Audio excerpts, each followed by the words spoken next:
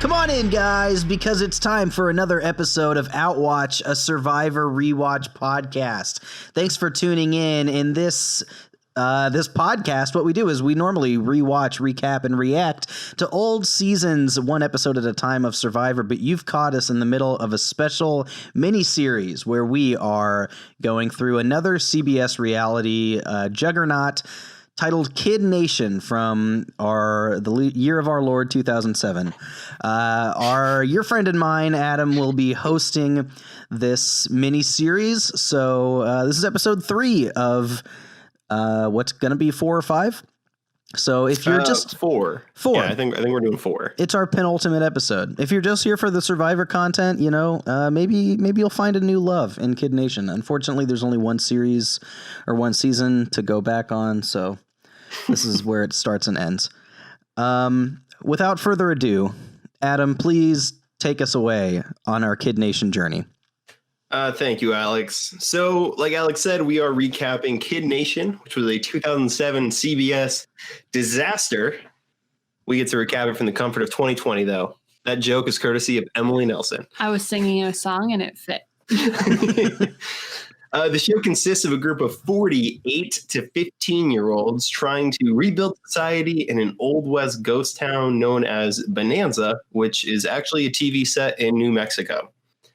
There are showdowns with ridiculous prizes and a gold star worth its weight in gold, $20,000. Literally.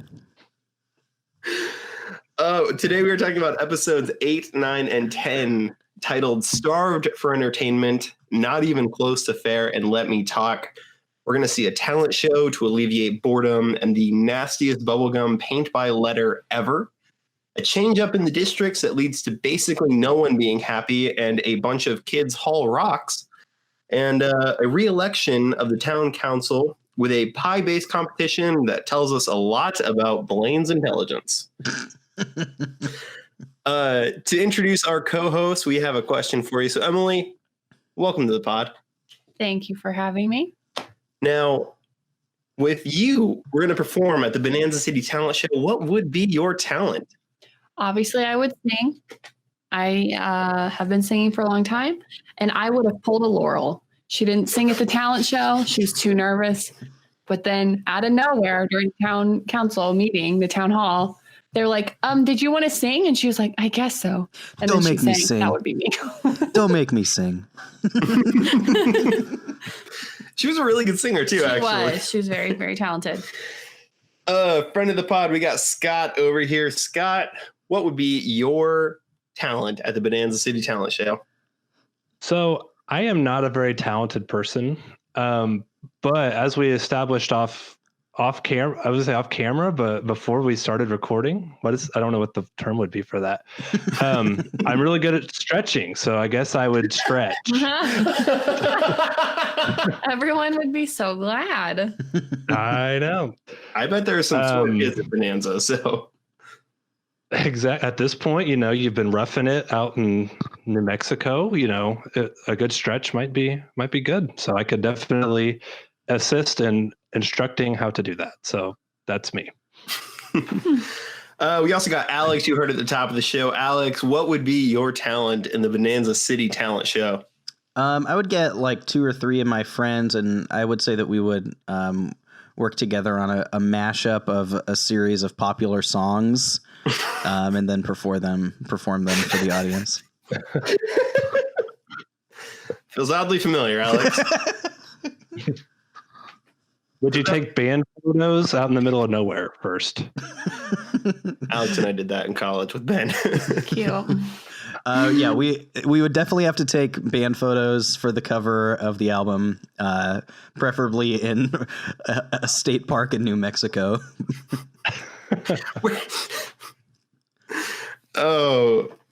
I'm just gonna move on from this. This is such a weird deep cut joke. But we think it's funny. But we think it's funny, you're right. And last but certainly not least, we got Jen. Jen, what would be your Bonanza City Talent Show talent? Yeah, so as I've had more time to think about this, it really depends on what age I arrived at Bonanza, depending on my answer, but I would say I would be the one actually facilitating the entire talent show. I would be the one making sure they got on stage on time. You'd be the Markel. Yeah. Yeah, and I would not perform at all because I have no talents. Either that, or if it was the younger, talent in and of itself. The younger version of me, before I was tainted by a terrible performance at a church, I would have played my flute. I don't know the story about the terrible church flute performance. I was 10. This can be deleted later. No, this is staying in. I was 10 and had just learned 3 songs on my flute, which all of you could probably name them. It was like Hot Cross Buns. Yes. And 2 others that are like similar stature. Yeah, like they're just the same 3 notes in different. Is the other one 3 Blind Mice? No. And for some reason, somebody thought that it was a good idea to let me think that I should perform this at church as special music. Like in the church service? Yeah. Oh no! You played Hot Cross Buns for communion music? Oh man. I don't think I've ever told anyone. I've definitely never heard this. Well, did it not go well? What happened? I mean, I think I realized as soon as I set up that I shouldn't be doing it. I remember having this immense regret before even playing. Oh no. And then I felt too far in because it was in the bulletin. And then I was found out to be a sham because all I played was Hot Cross Buns. I have actual nightmares that are really similar to this. Oh my god! So, Jen, thank you for sharing. So, is it a flute or a recorder? No, it was a flute, right? It was a flute. Yeah. Okay. That is amazing. Wow. I bet you nailed it though. Yeah. Thank you. I'm actually crying. Oh, that's amazing. That is just my favorite thing ever. So from that, to really full circle that. So from that moment on, I've just really gone into a facilitator role. Right. to help prevent other kids from experiencing similar things. Yes. Yeah, maybe you shouldn't play the flute, Timmy. No, that's okay. Just go sit back down. It's very Batman-esque of you, really, if you think about it. Okay, I have no idea what my talent would be. Yeah. What in my camp days, it was primarily picking a popular pop song of the time, such as "Call Me Maybe" and lip syncing to it. So, oh Lord. I don't know how you do that in Bonanza. But hey, let's dive in. Let's just start with, this is a wild couple of episodes. We were talking about it before we got on mic with the pod. That would be the proper term for it, Scott. The last episode where we talked about all this, we went through oh shoot, now I'm losing my mind. Is it 4, 5, 6, and 7? And there are these moments in it where you kind of forget how awful this is. It's a bunch of children, 8 to 15 years old, in the middle of nowhere with seemingly no adult supervision, though we are assured that there is adult supervision. And we have these moments of really interesting television, actually, that kind of suck you in before you remember what's happening. In my opinion, 8, 9, and 10 are just 3 episodes of why is this still happening? Yeah. I guess, do we have any highlights, lowlights of this episode? What are our standout favorite moments? What are our standout least favorite moments from these episodes? Emily, do you want to take a stab at that? Wow. Yeah, totally. I think, like you said, we're kind of seeing things unravel a bit, and particularly so in the most recent episode, the 10th episode that we saw. They had the town council was flipped, like everybody was new after the election. And you just saw a lot of near, if not total bullying around that, like before that time and after. I'm assuming the kids are probably getting restless. I don't know what else is at play. I can imagine a lot of things. But yeah, like especially with Anjay, he was voted off of the council, but before then his what are they called? His town. His district? Yeah, his district was just being horrible to him. Like they were all just ganging up on him and just like insulting him, and that just kind of sucked to see. And I think we're seeing more of that, and that just feels very bad. So let's talk about the election actually, because I think this is probably the craziest. This is the most like inciting event that sort of happens over these 3 episodes, in my opinion. So the town, if you're just joining us, this is a really weird episode to drop in on this mini series, but the town is divided into 4 districts: the green, blue, red, and yellow district. And there is a town council member from each district that decides who the gold star goes to. They decide what prizes to take if they win the showdown. They assign jobs in their class system that they've established that was thrust upon them. For them. But we've had the town council members were selected by the producers in episode 1. A later episode, I don't know which one it is off the top of my head. 5. Yeah, 5. There is a town council election that takes place over the course of a day, pretty much.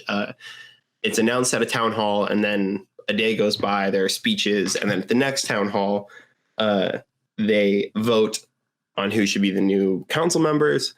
And this is again another vote, but this happens really quickly, all within the same town hall. So they say, we're going to take a vote.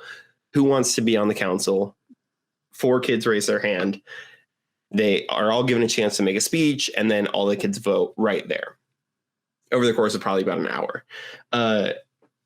Michael on the green district defeats Laurel 6-3. Greg defeats Anjay 7-2. DK wins by default for the red district because Guyland steps down, and Blaine defeats Zach of 5-4. That's a whole other thing, but pretty much, I mean, unanimously, it's not even like pretty much, the entire council gets replaced by 4 of the oldest kids in Bonanza. I guess, Alex, what were your thoughts when this happened? Did we feel good about this election? Do we feel like Bonanza was moving in a good direction, or did you see the bullying as an issue like Emily? Yeah, the election was really disappointing to me because in the few episodes ago when they had that first re-election, I found that to be one of, if not the most compelling parts of this series so far. Mm-hmm. And so when they talked about another re-election, I was interested and excited for that. But yeah, the way it carries out is with a lot less fanfare than it did before. It felt like all the kids were just kind of sick of the existing power structure, even if they weren't actually upset with the people. It's just the symbol for their disdain or whatever. And as it was happening, I think that episode, Blaine got a really good edit, and it made you feel okay, Blaine, good dude, this might be good for him. And he really did rise to the challenge, it seemed like. But then, as soon as Greg raised his hand too, it was kind of this is probably going to be bad. If this continues, if he does get elected. And of course he did. So yeah, it was it's tough to watch when you see the kids just being, bullied, ragged on, is lame, pretty lame. This is, and you bring up you touched on a really interesting point, I think, because the episode where the election actually happens, episode 10, it happens at the beginning of episode 10, and episode 9 is where it gets teased. Mm-hmm. And episode 9 is where all the districts, well, not all the districts, where 3 of the districts get kind of mixed up. They trade a couple players. The green team doesn't change anybody. And the whole point is to make it more fair. They've lost one show. No, let's see. Banana. They've lost 1, 2, 3, 4. No. I'm sorry. I'm reading the wrong thing. They've lost one showdown at this point, 2 showdowns at this point, which means that they haven't gotten any rewards from these showdowns. So there is this moment of like, are we in it for the district? Are we in it for the town? And a couple of people change hands. Blaine gets split up from Greg, who they're best friends, and that's really problematic for Greg. He has a hard time dealing with it. And it's all of this anxiety and tension of like, well, the green team didn't change. That's not fair. And my friend left, and that's not fair. And we don't want this person on our district, so that's not fair. All of that comes, and then Jonathan is like, hey, we're going to elect a new official right here. Yeah. It's unsurprising that everything changed. I guess, like, Scott, what was it like watching this episode for you? 9 and 10. The election episode? Yeah, I mean both, because I mean it's really hard to talk about like the actual election without talking about episode 9, the run up to it. So, right, yeah, I kind of echo what everybody else said. Like, I felt so bad for Anjay when they were just bullying him. Like, I was like, this guy cannot catch a break. And so, leading up to that, like the election. At first, I'm like, it started out like not horrible, at least for me, because I'm like, to this point, we've seen DK shown in kind of a positive light, right? Mm-hmm. And then we've seen Michael have his moments. So I was like, okay, I can see this a little bit. But yeah, then once Blaine and Greg got elected, I was like, oh no, this is not going to end well. Even though leading up to that, yeah, we did see Blaine get the positive kind of spin because he obviously got shipped to the yellow team. So, I mean, I thought that he handled that way better than Greg did. But yeah, it's just kind of like, overall, I just kind of felt like, like in The Dark Knight Rises when like Bane takes over in like the city descends into madness. That's kind of what I felt like watching. Yeah, let the games begin. That's kind of that's the vibe I got watching the last couple episodes here overall. And I don't know, you can tell me how accurate I am, but that's my thought. So in this metaphor, Scott, who's Batman? Is it Laurel? Well, I think it has to be Sophia, right? Because we've established that Jen's Batman, and Jen is most like Sophia in the show. Thank you. You're Batman? Yeah. Yeah, because she's preventing other kids from facing a similar embarrassment. Oh, I missed that part. She's overcoming. I guess, yeah, Jen, let's give you a chance to chime in on all this. I mean, we've talked about a lot of different things within this. If there's something you feel like you want to add to it, I would love for you to add to it. But if not, if you have another highlight or low light that you'd like to talk about next, that's fine too. Yeah, I think everything that's been said is how I feel. I think another, I don't know, low light, all of it's pretty low. But it's interesting to watch this also during COVID-19 pandemic, especially the gum situation. Oh man, yeah. This is how coronavirus started.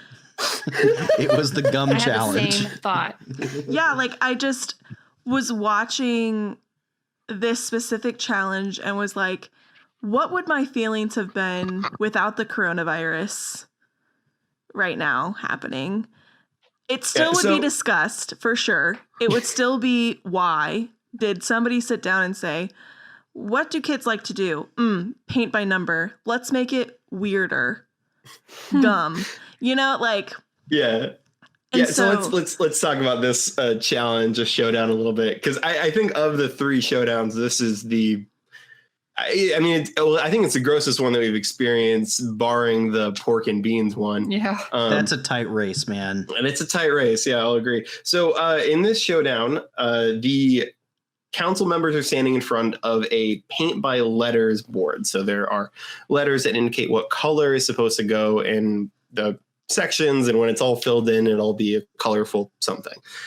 They hand coins to their district, who then run to different gumball machines, so that way they can get different colors via the gumballs. They chew the gumballs up, hand it to their town council member, who then sticks it to the painting. So the town council member is handling everyone's chewing gum themselves, sometimes putting the gum in their mouth too to help it stick more.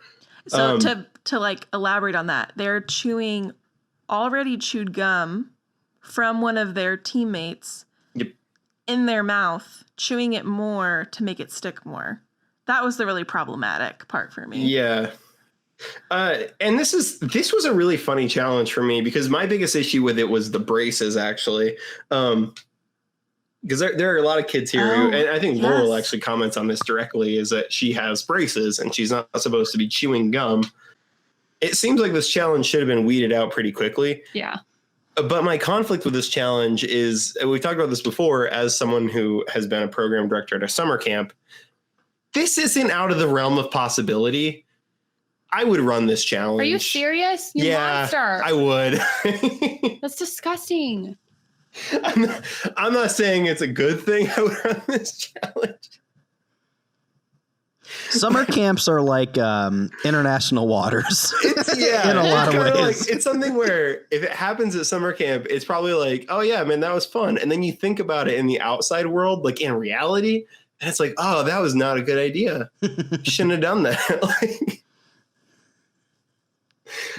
I liked the pie challenge. I thought the pie challenge was cool. I thought the last element of like, and now use your outside knowledge of when certain communication devices were invented to solve this puzzle was pretty dumb.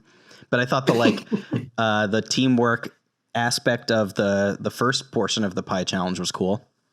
Yeah.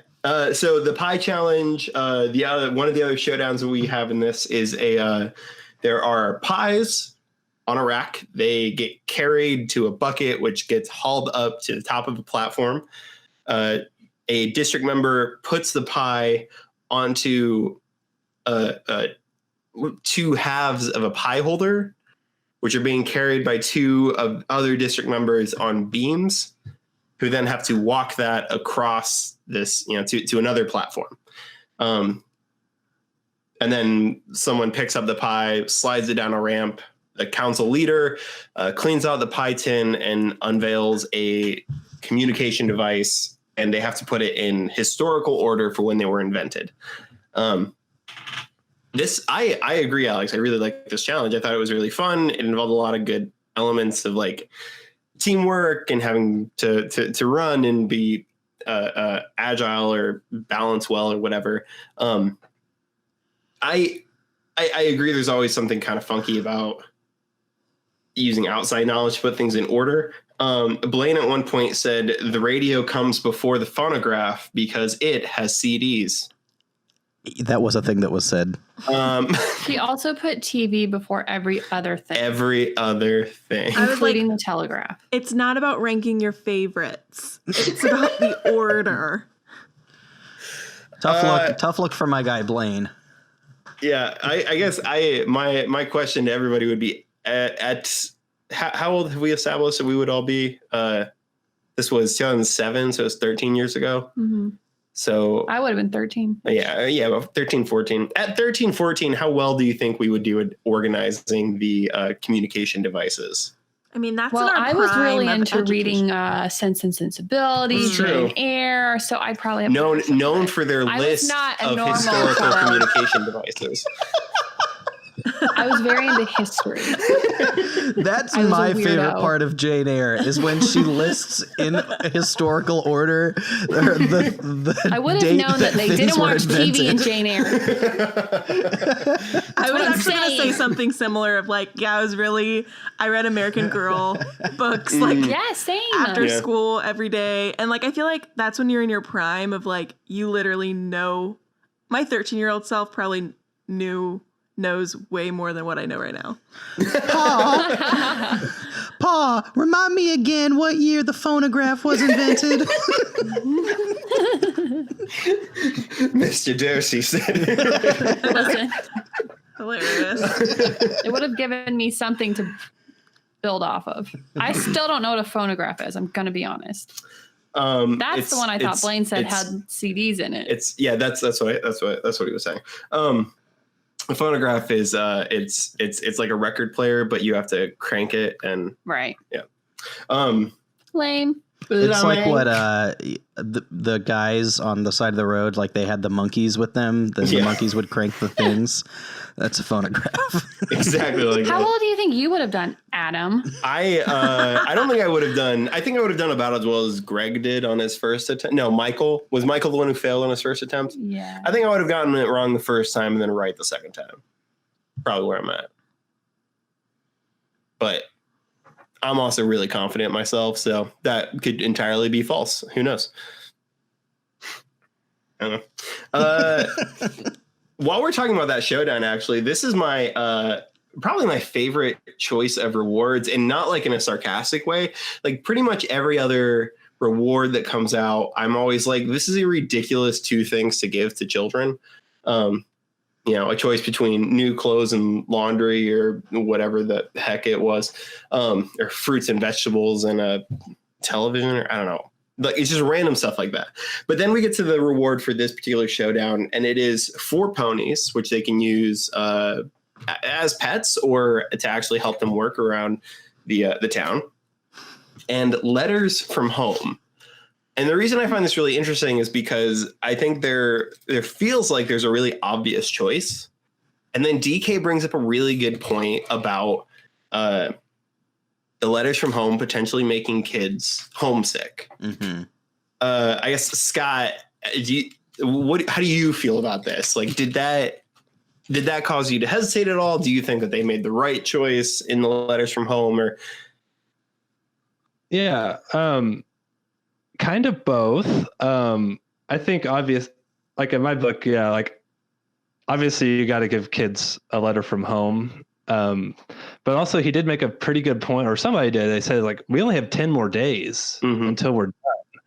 So like at this point, it really like, if, especially like some of the younger kids that maybe like are still a little bit naive, they could still be naive, they could just be in like a rhythm of the camp and what's going on there.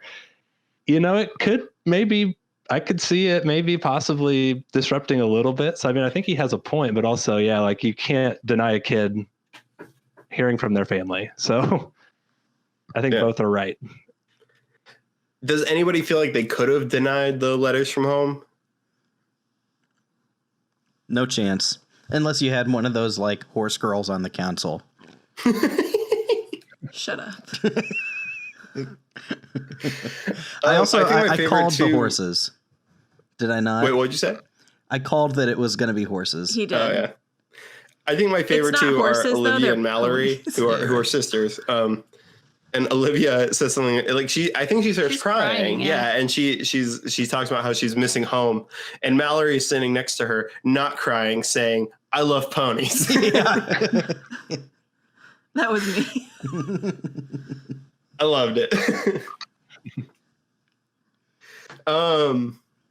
I guess the only other thing that happened in that showdown is Taylor gets her letter. Did anybody, how did we feel about this moment? I guess, did anybody feel confused by it, or? Did you explain what was happening? Yeah. So the explanation, I guess, is we have a new town council. We have Greg, Blaine, DK, and Michael. Taylor is kind of back to her old self. She has lost her best friend, Randy, in the previous episode, who decided to go home. And so Taylor is basically deciding that she doesn't really want to work, or at least not do the work that she's being told to do. They threaten that she's not going to get her reward if she doesn't work. And she says, fine. She decides not to work.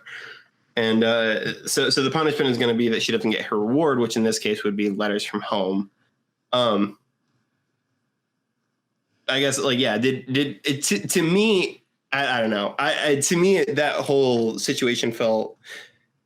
It made sense. Like the situation made sense. But Emily looked at me at one point and asked why they kept cutting to Taylor during the handing out of the letters phase. I guess, was this a moment that anybody just in the chaos of everything missed something, or Are you all as oblivious as Emily? right?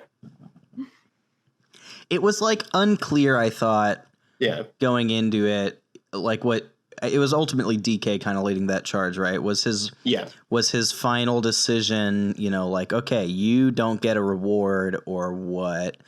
And like, what does he mean by that? So yeah, I understand the confusion. Like, it was less than clear.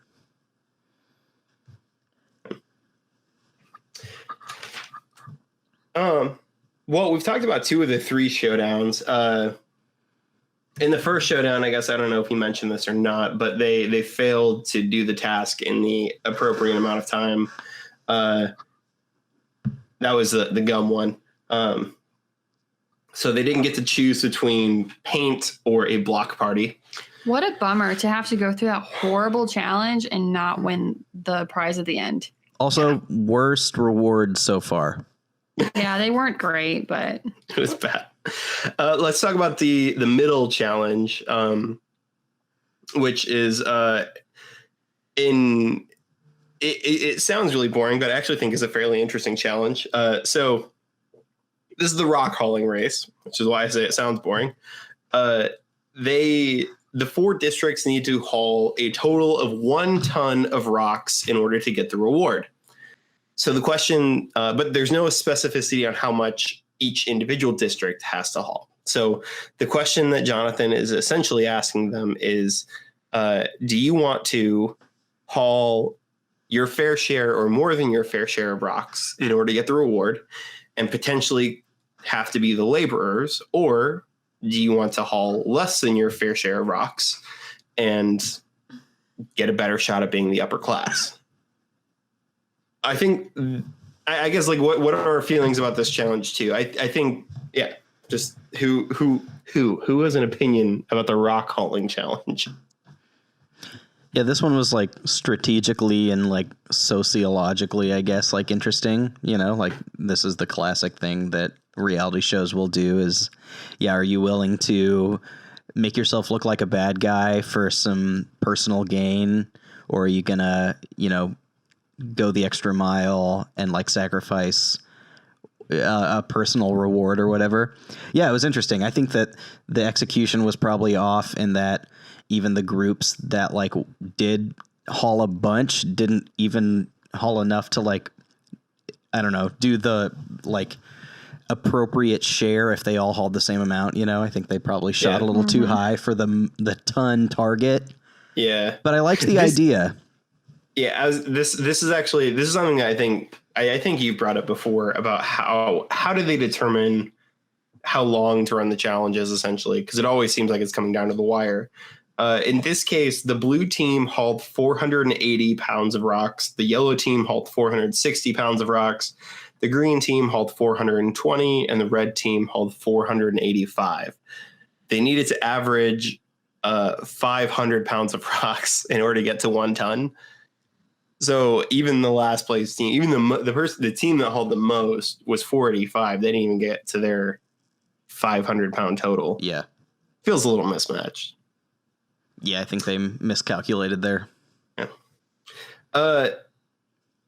They're no prize. Obviously, they don't get to 1 ton. Like I said, they don't get to choose between beds or a lounge trailer.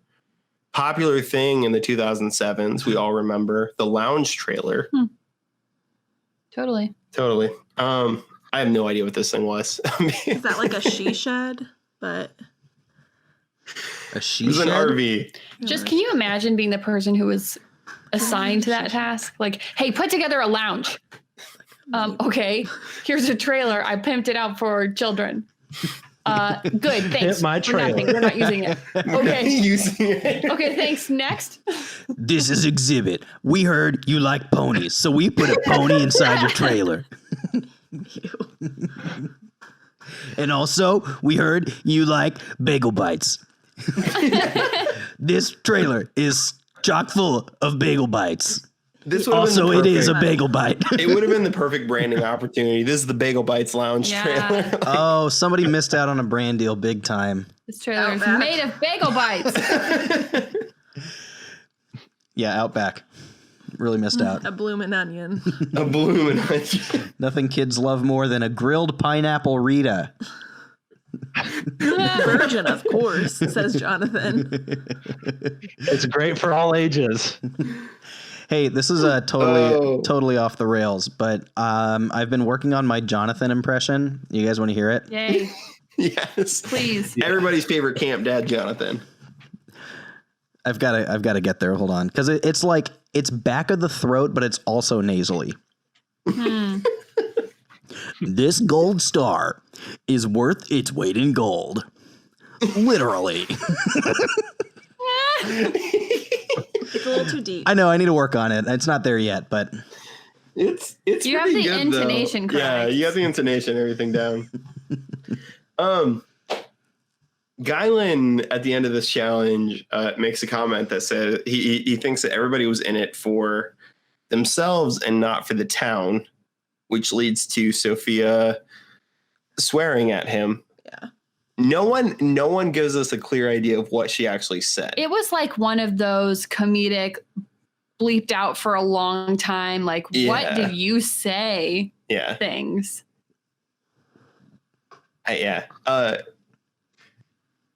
This is the thing, is the theme for this episode was supposed to be like individualism versus the group. It's, do you do what's best for your district or do you do what's best for the town as a whole? That's why they shake up the districts. That's why the competition is about like choosing how much do you haul. Do you carry your weight or do you not? And honestly, it feels like it would have been a really good opportunity for them to talk about bullying just a little bit. Yeah. not a thing in 2007. Yeah. Bullying is Apparently what you not. deserve when you're a dork. That's not actually the stance of this podcast. That's what people in 2007 thought. And or I will say child. Sophia goes and apologizes. This is actually something very interesting about the show that I have noticed is just about every time somebody does something really bad, they go and apologize. Yeah.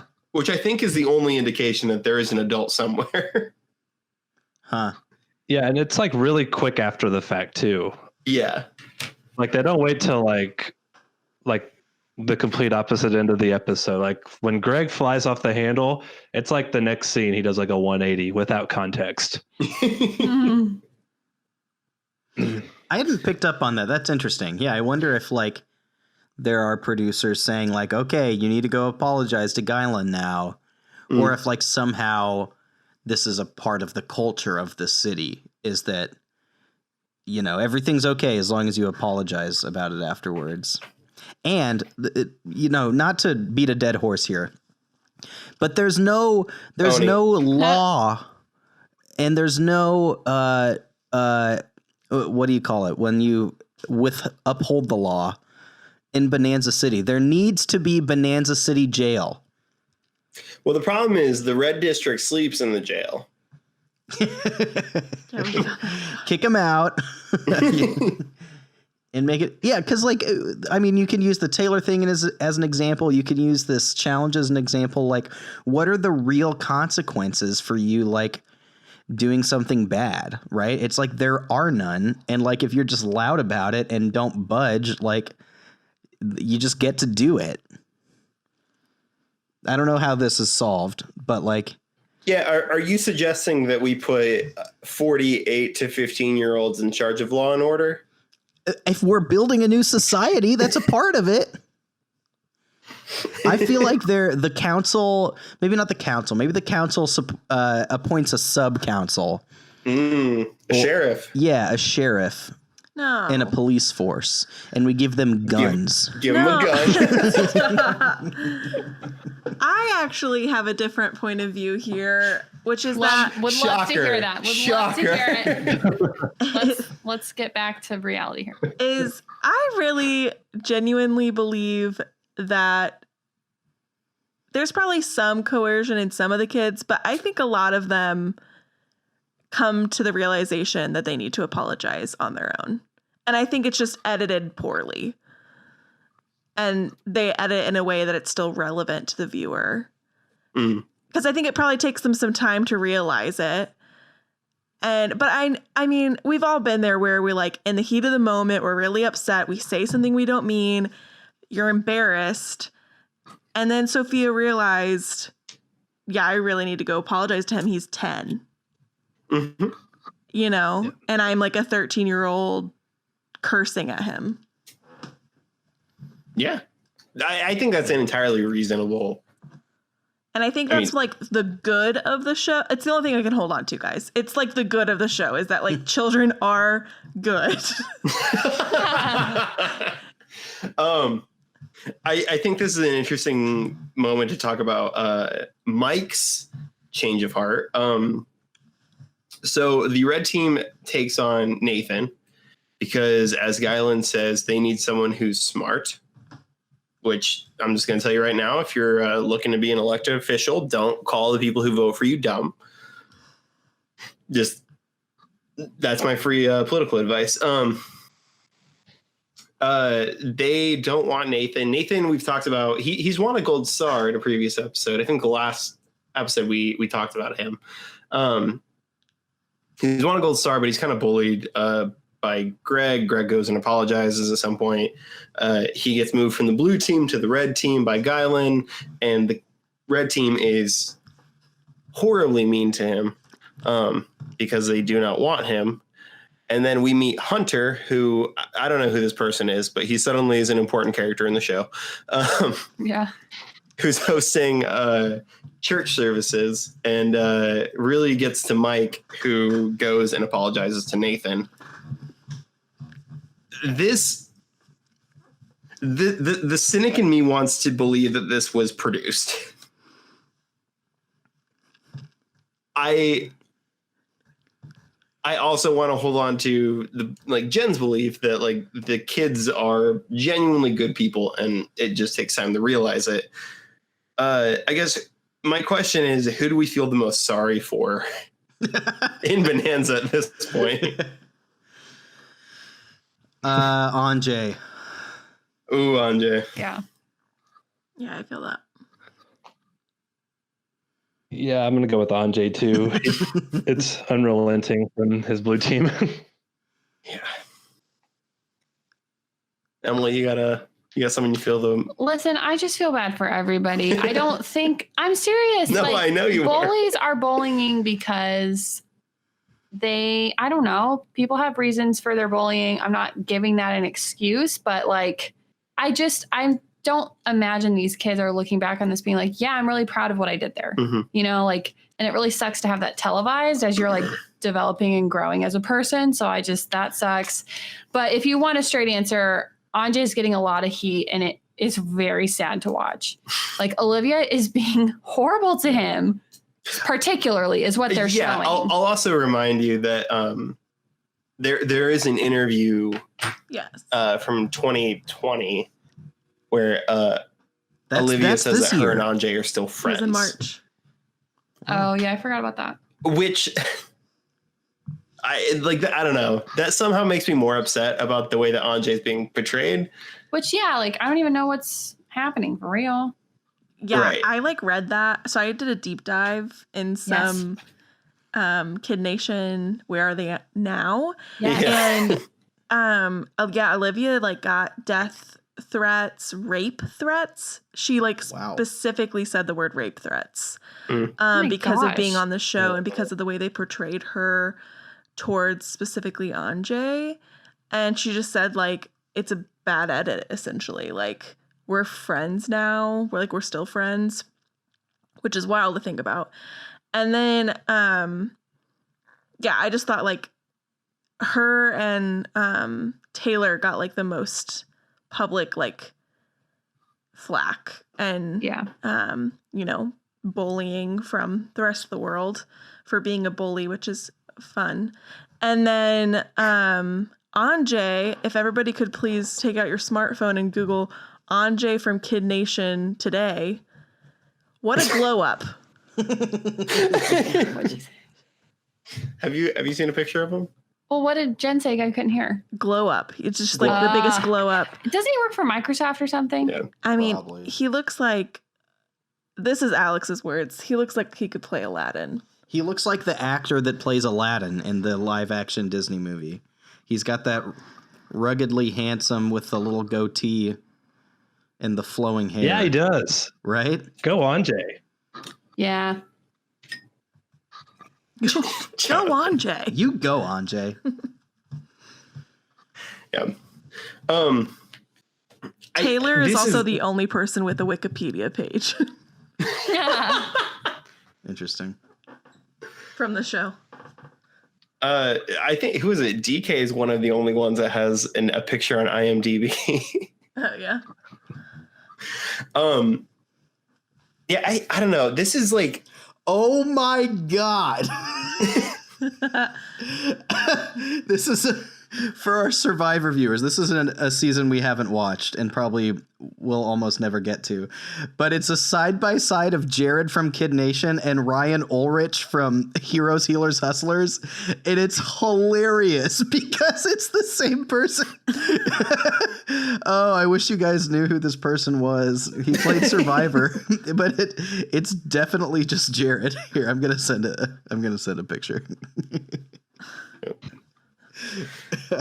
So yeah, so this is the thing about this show that I really struggle with is the seriousness with which we talk about it. I mean, obviously we're kind of making fun of the show and talking about how like it shouldn't have happened.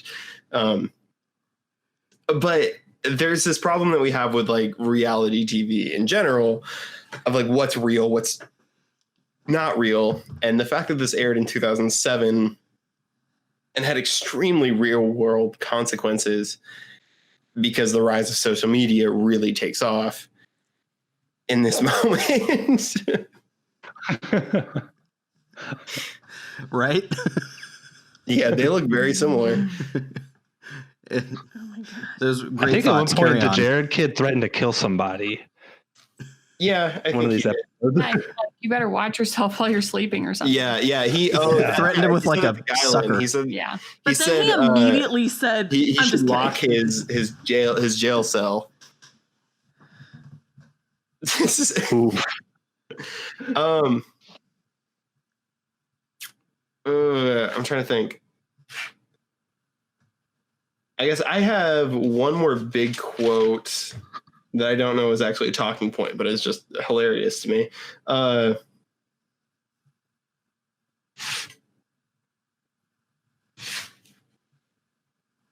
Yeah, I guess is there anything else that we haven't covered that someone is feeling like we really need to talk about? Really just need to get it off. I have something. Go for it. I have something. I found Olivia's Twitter because I searched Anjay, and she has 86 followers, which is less than me. So I am more relevant than Olivia. And that's saying something.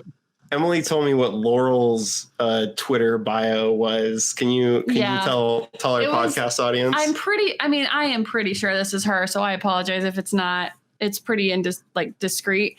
But her bio is something along the lines of the best advice my mom ever gave me was know your astrology sign on your fake ID. So sorry, Laurel. Which I love. We saw Laurel's mom in if one of that's these you. episodes. What was your favorite act in the talent show? Wait, did Oh, Scott say his one thing? What? Yeah, it was Olivia's Twitter followers. Olivia's Twitter. Oh, How it's he's just more I relevant than thought there was Olivia. going to be a tweet. I'm really not. I'm just kidding. But yes, I did. I found that, and I felt the need to share. Do we have a favorite thing that happened at the talent show? My favorite thing that didn't happen at the talent show was when Laurel won the gold star and called her incredibly Boston mom, who also knows a lot about astrology signs, apparently. That was really fun. They're so Irish. It's like not even funny. It's incredible. Laurel even wears a Claddagh ring. Yeah. I love it. You want a gold star? They're so great. With $20,000. Sorry, Laurel. I lived in Boston for a month. Ma. I can do that. Sure. Emily, do you remember your Boston personas from?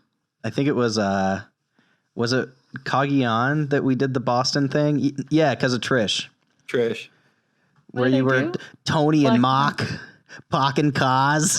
Yeah. You just like to do Boston accents. It's fun. I can't do it very well, but it's fun. Yeah. My favorite thing from the talent show is when Olivia gets up to do her quote unquote stand-up comedy routine and just roast the whole town. They loved it. They did love it. It was great. It was a hit. It was well done. They weren't like punchlines, though. I mean, no. Yeah, you tell a 10-year-old do stand-up comedy. I'm sure that's what you get 9 times out of 10. But it's just like, and then Greg and Blaine, boy, they're pretty dumb, huh? Anyway. I honestly, I mean, it was better than what I thought it was going to be. I thought it was going to be the standard 10-year-old telling every joke they know, which is just about chickens. It would have been thematic for Bonanza City. Yeah, you're right. And for Emily. Little chicken Emily. Oh, yeah. She would have loved that. So the things that they show us from the talent show, there are a couple people who play piano. Greg and Blaine do something. Jared does a Shakespeare monologue. Kennedy dances. And this is my question. This is what I hope. There was a girl, like a little black girl, who sings a song that I couldn't find. I Googled every line of those lyrics, put them all together, could not find this song. But yet it sounded familiar, right? It sounded really familiar. Yeah. I don't know what it was either. Yeah. Did she just put her own words to the tune of a familiar song? That's what I would do. Lyrically, it was wonderful. She did a wonderful job. So, I mean, if she wrote that, then, I mean, she should be producing music this today. For sure. I think the last quote I really have to talk about before we jump to the gold stars is a quote from Sophia after we talked about this off mic, but a quote from Sophia after Greg won the election. She said, "I feel like someone won the presidential election with no background check." Which, man, if that didn't feel relevant in 2020. Sophia, we're here. It's us, Outwatch Podcast, and we're here from the future. Listen. You ain't seen nothing yet. Just give it 9 years. Just wait.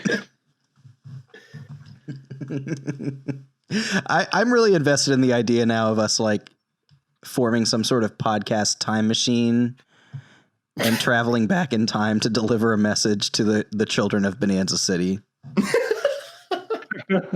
We're here from the future.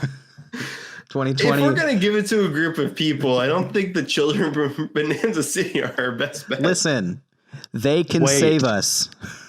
Wait, we wrote the book. What?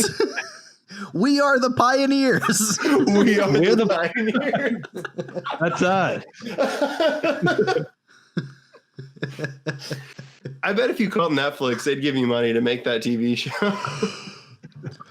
Kid Nation, the prequel, sequel. I lied. I have one more thing. We haven't talked about when DK, Blaine, and Greg. Well, no. Okay, let's talk about the communication game. In episode 10, the new town council decides that the biggest issue that we're having with Bonanza is that people don't respect each other and people interject and talk when other people are talking. In order to fix that, they're going to bring everyone into the saloon one at a time. People are going to go up, introduce themselves, say where they're from and what they're going to do when they get back home, and or something like that. And if anyone talks that's not the person at the front of the stage, they start all over again. Is this the worst idea anyone's ever had? No, but it's not a good one. Yeah, I second that. I was thinking this Not has much to definitely add been there. done in one of their school classrooms. So that's where they got the idea. So its original, classroom form was probably the worst idea.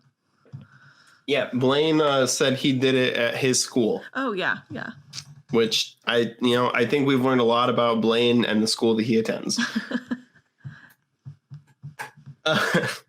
Afterwards, Blaine and Greg overhear the green team bashing them, saying how stupid it was, how they are very immature and disrespectful, and that they should sit in the middle of the street and compliment people all day.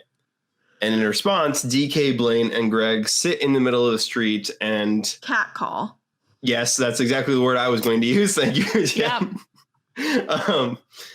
In response to this, which leads to a pretty big fight, I don't know that we have much to say on this. I think that kind of speaks for itself. This was the worst part for me. Like, this was the moment that, like, as a producer, I can't imagine sitting there going, like, yeah, 10 more days, 3 more episodes. We got this.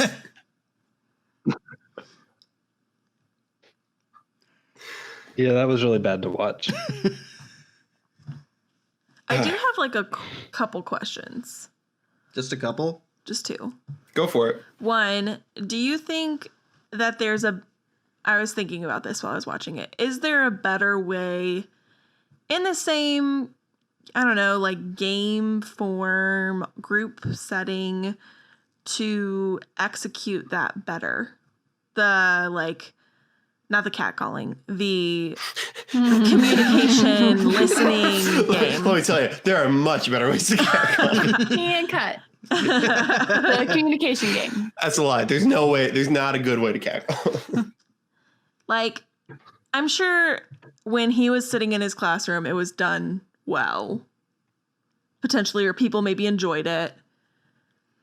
Like, has anyone experienced, like, could this have been done better, or is it just overall a terrible idea? Well, my guess is that when he had this done before in class, his class was in like deep trouble. Like, they probably were acting up to the point where the teacher was like, you're done. I don't know if they've gotten to that point in Bonanza, but even if they have, I think that as a new council, Yeah, that's not the way to come in right. and try and get people to respect you. Right. I think they could have done something as simple as addressing the issue and saying, like, we just approaching it more positively. Like, we really want people to be heard, and doing like one of those dumb things where if you're holding the talking stick, you get to talk. Like, you know what I mean? See, I think that, like, conceptually, the whole idea of everyone has a chance to speak and no one is allowed to interrupt or we start over. I don't think that, like, that is the flawed part. The flawed part is what they had to say.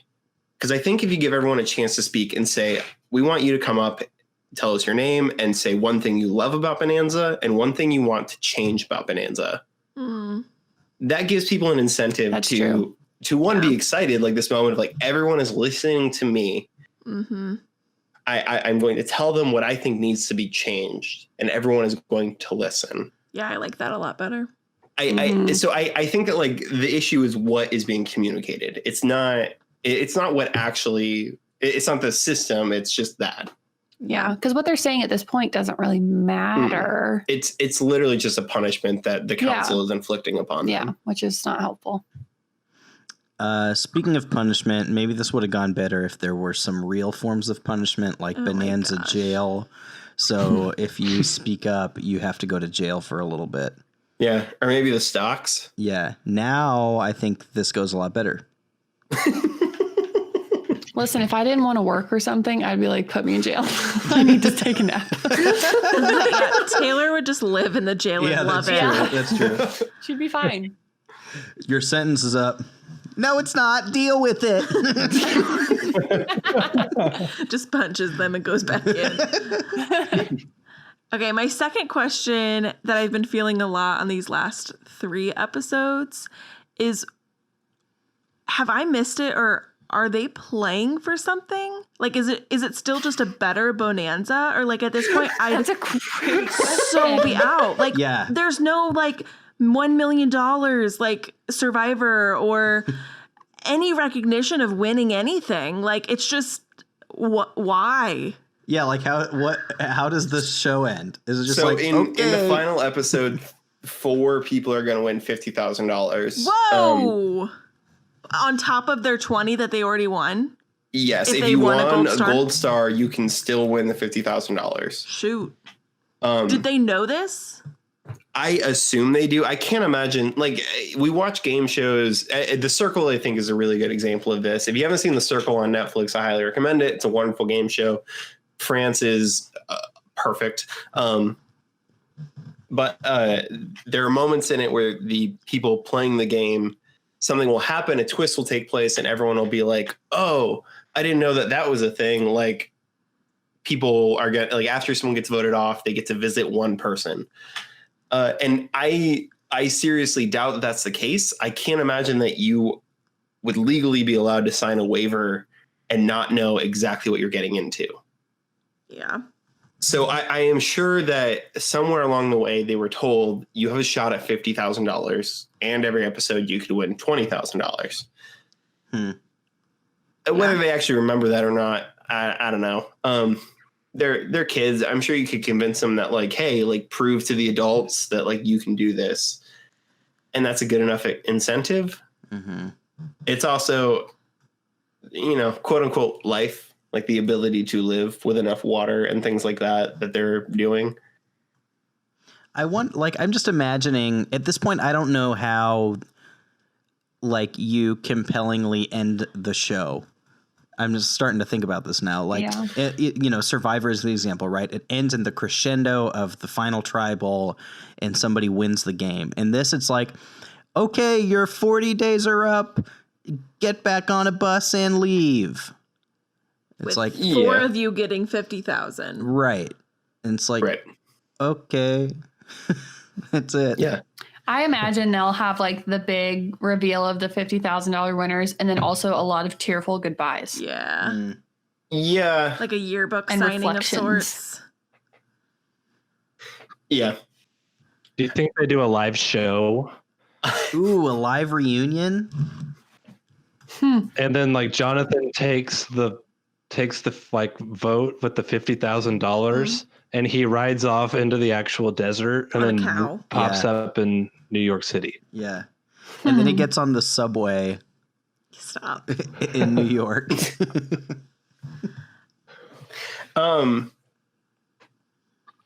Let's talk about town halls. Let's go through that as we kind of wrap everything up. During episode 8's town hall, no one goes home. Savannah almost does. Not that this means anything to anyone.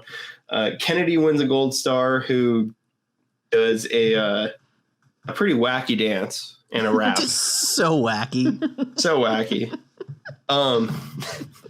She also gets credited with actually keeping Savannah in Bonanza. Which is a ridiculous statement. And then Devad thinks that she should have won. She nominates herself every episode and is sort of being built up as a villain. And then around episode 9, we never see her again. That's true. I don't get it. That's true. I think she comes back in the next set of episodes, but we don't see her again in this set. I hope she gets the 50. Just to like award her perseverance. I can tell you she doesn't. Oh. She just fries potatoes all day. She does have perseverance. She does. Episode 9, we see Randy, age 12, exit Bonanza. She is Taylor's best friend and really is the reason why Taylor kind of goes downhill. And in my opinion, not addressed very well by the council. They think that she's just being lazy when really she's probably just sad. And that's not a great thing. She's like 10 years old. Blaine gets the gold star, beats out Hunter, who I said this earlier, this is the first time we meet him. We're 27 days into the show, and like episode 9, we meet Hunter, and suddenly he's just in the show. He's the main character. That's also when we get the re-elections happening. Blaine was actually the only person who said he approved of the council. I mean, they gave him $20,000. I would approve of them as well. But he also runs against them.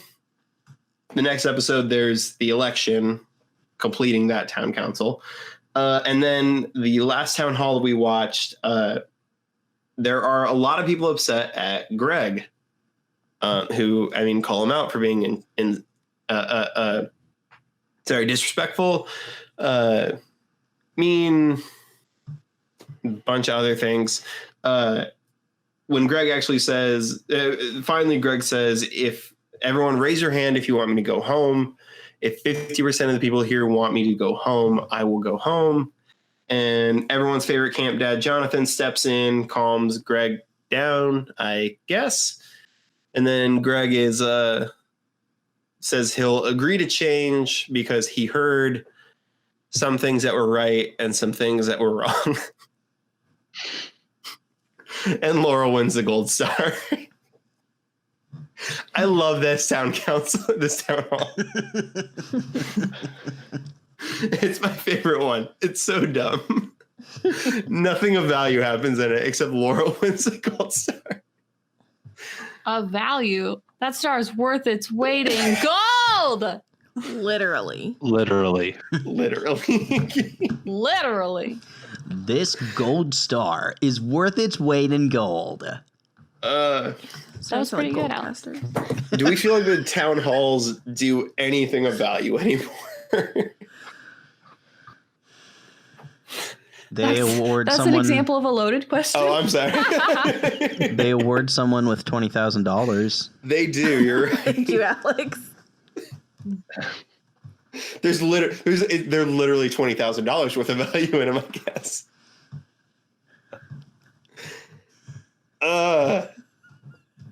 So, final thoughts. We've been at this for about an hour now, I guess. Does anybody have any final thoughts about episodes 8, 9, and 10 of Kid Nation? I have one. So Laurel got really upset at one point when she finally realized that she wasn't able to make decisions. Mm-hmm.